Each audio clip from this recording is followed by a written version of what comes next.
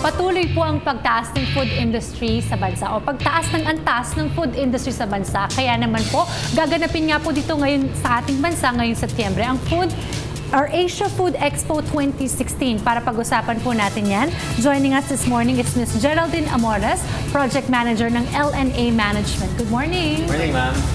Okay, ma'am, pag-usapan natin itong AFEX o Asia Food Exchange. Ano ba yung na-expect natin mga kababayan dito?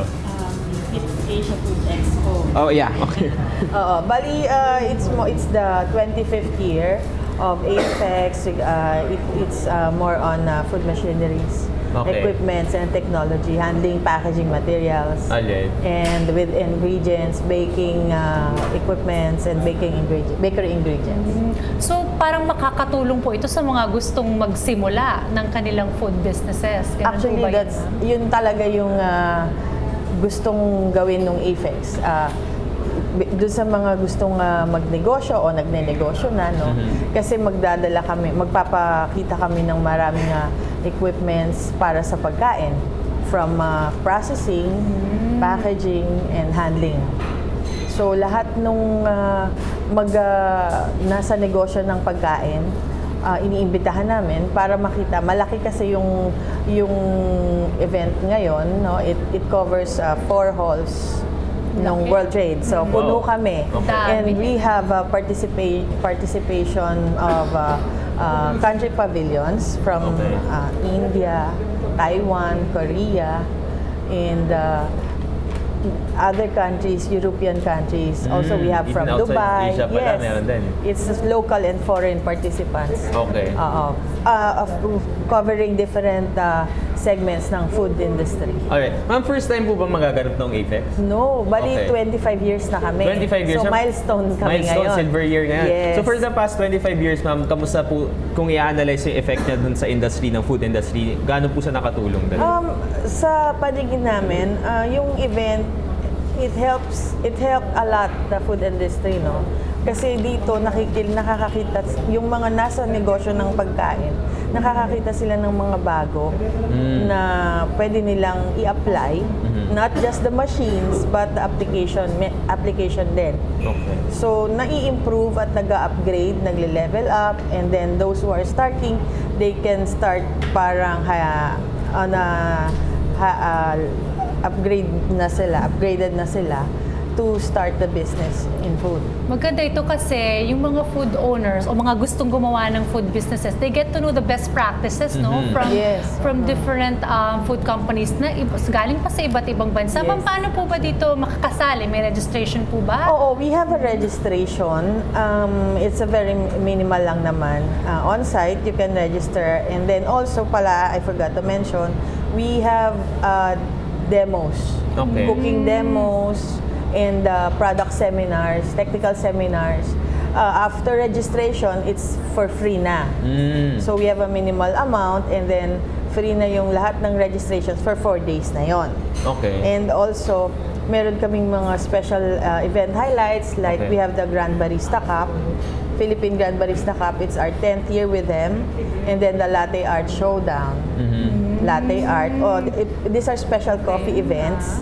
And also we have yung mga special activities ng mga exhibitors on stage and doon sa seminars natin. Simultaneous lahat nangyari activities to all halls of World Trade Center. Yes, ongoing siya during the event, lahat.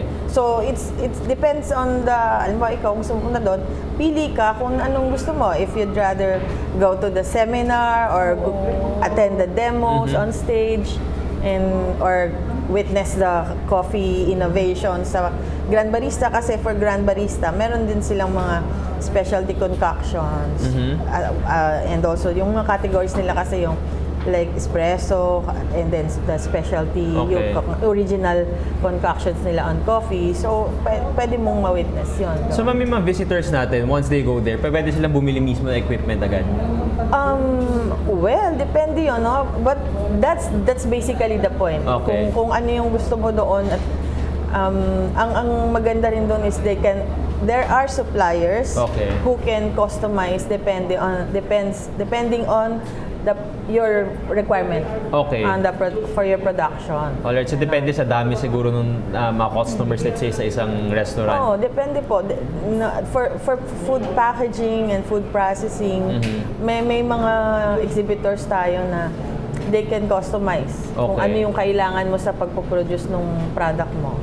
Alright. And also, ayun, yung yield and then yung for packaging kung ano yung requirement mo.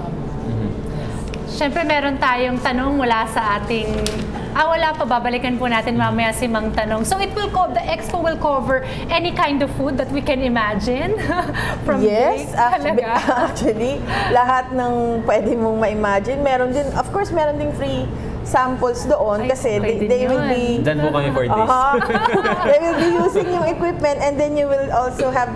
Siyempre, gusto mong makita kung ano yung produkto nung equipment na yon or nung ingredients na yon. Okay. Doon yung lalabas yung mga sample natin. Kasi actually, this is a back-to-back show. No? We had Food and Drinks Asia last week. Last week, Yes. tapos ngayon naman Oo. itong mga i-feature natin yung mga equipment na magagamit nila. Ma'am, invite na lang po natin for the last time mga ating Yes, viewers. inimbitahan ko po lahat ng nanonood to visit us. Asia Food Expo 2016 at the World Trade Center. We will be opening tomorrow, September 7 to 10. I-note ko lang, first day po namin, we will open the registration at 11. And then sa succeeding days natin, 8, 9, and 10, we will be opening on 10 a.m. until 7 p.m. And one more thing po, medyo strict tayo, bawal po ang bata. So, below 18 years old, bawal po ang bata. Alright, maraming salamat po sa pagsama sa amin yung mga Miss Geraldine Amores, Salamat. ang Project Manager ng LNA Management. Alright, thank you so much, ma'am.